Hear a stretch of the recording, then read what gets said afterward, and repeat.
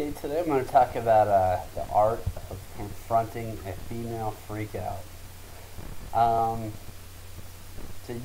how to use directness without abusiveness. So in this situation, I was driving with a friend to Ames, and I had forgotten that my gas gauge is kind of weird. Like when it registers on a quarter tank, it's actually like empty. Um, Something wrong with the gas can, the gas gauge, or there's crap in my tank or something like that. But at any rate, there's a chance I started to feel on the gas pedal that I may run out of gas, and we're like a mile out of town. And so that's the basic scenario.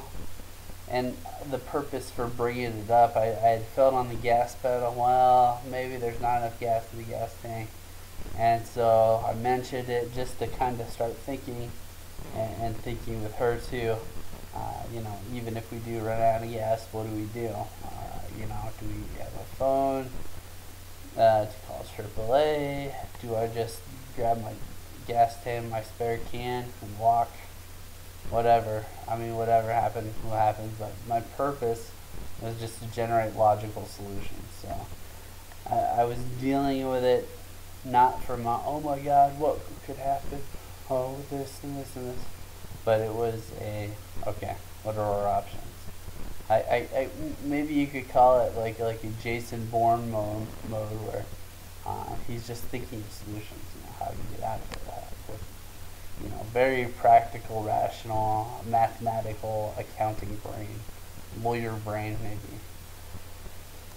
So, but on sometimes these cases, the female can approach the problem from an emotional level, and this has its costs and benefits. Sometimes, when approaching a problem, a challenge from an emotional level, she's going to have great intuition about it. She's going to kind of feel the cause of the problem and just be very sensitive about those, what potential causes, and any problem, the origin, the source of origin could be very subtle, very tiny, and so the feminine mind is very powerful at sensing that, and also sensing creative solutions, using her intuitionness. But the problem with sensitivity is just think of it as like a microphone or a headset that's turned up really loud. Like you can hear conversations across the room, but if a guy sneezes next to you, it's gonna blow out your eardrums, right? So that's kind of like a little bit of an insight into the feminine mind. I mean, powerful and yet vulnerable at the same time. So she was saying, "Oh my God, I'm getting an anxiety attack." Right? So you can choose how you deal with any kind of situation, any kind of potential conflict. This is a more rational problem. And so you go into the rational mind. That's my way of coping with that. I'm just really practical and don't turn it into a problem. Either you run out of gas or you don't run out of gas. If you run out of gas, here's your options. Go through your options, whatever. You kind of let go of your expectations of the situations and any kind of other unnecessary mental garbage about the situation. But in her approach to the situation, it's very what could happen? What if? And what if that? And what if this? And then we might have to, and just getting pumped up and like flustered about that. That's sometimes a feminine tendency. And to be able to recognize that, because when I saw her and saw that immediately, I was able to recognize, that's inefficient. That's not an effective way to deal with this situation. And so how do you deal with that? So your coping options, your approach options, if this is a partner situation, you can listen to her have the anxiety attack. Oh, I understand. Or, just hear, I understand your feeling. Listening, empathizing, very, very related. But you can just let her go out and then handle your business. Let her have her anxiety attack. Um, the real danger is don't get swept up into it. I mean, if she's having an anxiety attack about running out of gas, there's no point in you getting swept up into that. A male getting swept up in that kind of anxiety attack is, well, you do this and you do that, and she can be freaking out on you, and then and you can just throw the freak back out on her, start accusing her of stuff. In this situation specifically, you don't get swept up into it. So you can emphasize. I understand, honey. I know you're feeling anxious about this situation. Okay. But there's also the direct confrontation, right? And this is always something I would say use sparingly. But if you do use it, it can be an effective way to help her give some insight into her own mind, and when it's being irrational as opposed to intuitive, impulsive as opposed to intuitive. So in this situation, this was irrationality. This is very a clear-cut rational problem. There's a clear cause, and there's a clear amount of solutions. So there's no reason to start dealing with what-if scenarios and accusations and these kinds of things. So the way I approached this situation was to do the direct confrontation. I told her just to make sure she didn't take this personally. But I did tell her, I said, hey, I'm going to practice my direct confrontation here, okay? If you don't mind, right? So I said, listen, either we're going to run out of gas and I'm going to deal with it, or we're going to run out of gas or we're not going to run out of gas and we're not going to have a problem. Either way, it's not a problem, okay? So that's the direct, very rational, very practical approach to this problem. And what it kind of does, the intention was to break through the emotional storm that was kind of going through her head, the worry, the anxiety, what would happen. Forget about that side of the brain. This is a rational problem. Deal with it rational. Either one, we are going to actually run out of gas, at which case we're going to do X, Y, Z. Or two, we're not going to run out of gas and we're not going to worry about it. But either way, I'm not going to start even thinking about it until we actually do run out of gas, which we never did. So, and that was the solution to the problem. Now, all the time in that confrontation, think about how you do it and how you approach it. Was I angry at her? No.